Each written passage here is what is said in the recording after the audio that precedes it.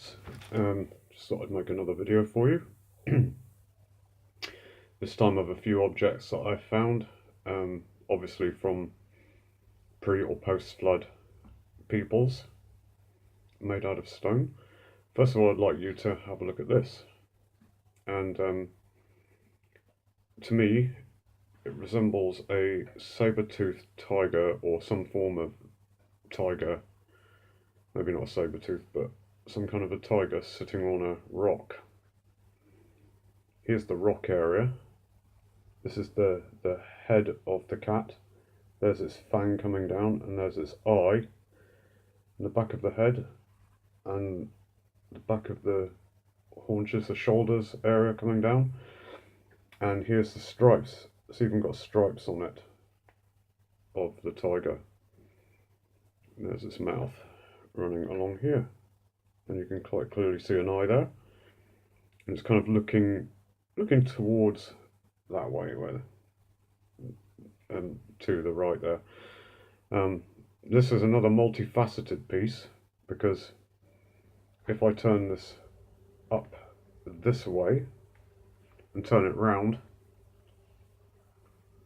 this time you have a bear, and the bear is kind of like, that's the head of the bear here, and it's looking towards the camera here, and there's its ear coming round, and that's the body arched over as it's kind of like bent over on the rock or wherever it is, looking round. And then if you turn it, we've got to get this right, this way, you have a bird of prey, like an eagle, sitting on, there's its legs coming down, sitting on a rock. And that's the back and the wing area of the bird, and that's its beak here, but it's looking back towards me. If I turn it this way,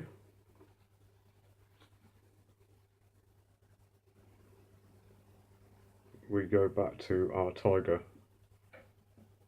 The eye, the mouth area, and the body of the tiger. There's also another shape in here, which I found earlier, if I can find it again. Yeah, we got things like mouth, smiling mouth, and eyes there. Again, like I said in the other video, this was like campfire entertainment for whoever was looking at these things around a campfire. And there is another eye here, and a nostril for some other creature. The head area coming round here, coming down, eye and nostril. I also, if I can find it again, saw a snake in this somewhere. And here we go. I'm holding the curved body of the snake, but this is the head area coming in with the eyes and the teeth. It's very, very difficult to pick that up in this light, but you know, it kind of does resemble a snake with its mouth open when you see it in the flesh. So we'll go back to our tiger, then we'll go back to our bird of prey, looking away, spin around, and we have our bear hunched over, looking away, looking towards me, and turn it round, and we have our tiger looking this way this time. And there's its eye and the stripes that have been cut into it, and these stripes have been cut, deliberately chiseled into this piece. Turn it up that way again, and then we have the other head coming down, the eye and the mouth area, and possibly fangs they've tried to carve in there. You can quite clearly see the eye there. Again, it might be some form of big cat. And come back to our bird of prey, looking down off a rock perch, and back to the bear. And here, yeah, I have a slightly better view of the snake's eyes there. And I found this as well. This is quite a nice little interesting piece. I may have shown this one before, but I can't remember. But this reminds me of an elk, of some form of large deer. Here we have the eye of the elk and the nose area coming down, and we have these carved out pieces of flint here represent the horns of it, and there's its leg. So it's kind of like there's the set of antlers, there's the eye, and there's the ear, and there's the mouth area of it, the nose and mouth area of it, and its leg. Very, very clever piece of carving. Very, very intricate. You know, there's no man that could be able to do this out of flint today, because if you just tap that, it'll break, it'll crack. So there we go. It's just kind of looking around. And one more mud fossil this time of what I think is probably a bird. And there's the eye and the beak area. And yeah, there we go. And turn it around to look. Yeah, it's kind of a bulbous eye here coming out. Yeah, almost like a small ostrich or something. And there's the beak area.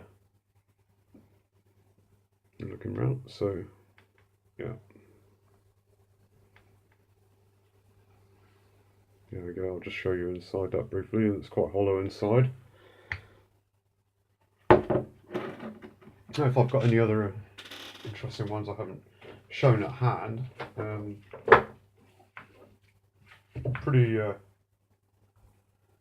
sure I've shown this before, this fossilized dog paw.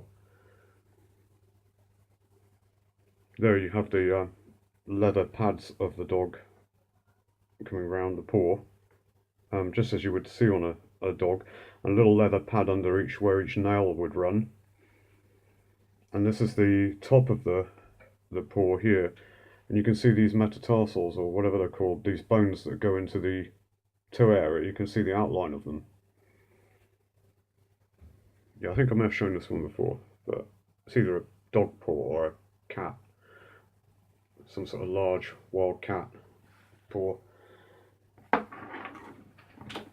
And I know I've definitely shown this before, but these are the ones I got to hand. I've got hundreds more, but I need to dig them out. Again, this little mud fossil of a skull, and it looks like it's an elongated skull of some sort, or maybe it was just an ordinary skull that got crushed because it's very thin. It got crushed down in the rocks and just formed and fossilized in that shape. And like I've shown before, you can make out the mouth, and you can actually make out teeth there, a line of teeth there, and all the blood, where the blood seeped out and stained into the rock. And obviously that slit there was where the ear was. But if you hold it this way, you do get a kind of an elongated skull appearance to it. Yeah. Alright. Anyway, thanks for watching the video. And I don't know if I've shown the chicken. Where are we? Yeah, while I'm here, just in case I haven't shown this yet, I'm losing track of some of the stuff I've got. I think I have shown this as well. This little chicken. This was actually found by a friend of mine who gave it to me, and he sat in my garden for ages, and we just thought it was a really strange piece of rock, and he knew that I like rocks, as you can see. It's like, and he handed it to me like that, and it just sat in my garden on my rockery like that. And when I got into mud fossils, I looked at it differently, as you do all rocks when you find out about mud fossils. And I began to see the outline of a sort of bird. There is this feather area, the tail area coming up, some kind of exotic bird. And you can see that, you know how you see in a chicken, you've got the wing bits like that. And there's the eye area and the beak area of it, and it's looking right round now. There's one eye, and that's where the other eye would have been, and then you've got your beak. And underneath of it, it's like so. And it's got some rust, again from blood seepage, because there's no, these stones are not iron, they're flint, but they're full of this rust. Yeah, so there we go, there's a little the bird. You can quite clearly see the eye areas and the beak, and then this tail feather area coming up here, like that. So we minding its own business, sitting in a nest somewhere, and all of a sudden it's transformed into this.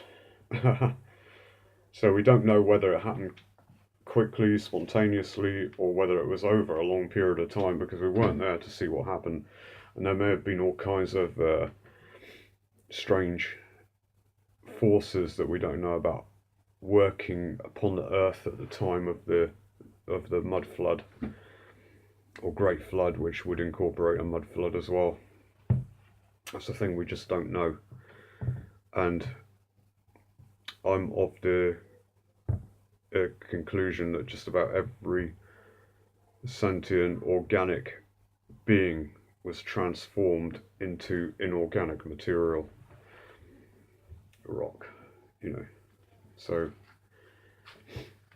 yeah, I'd be so love to be able to see through time and see what happened then. Anyway, thanks for watching the video. Thank you.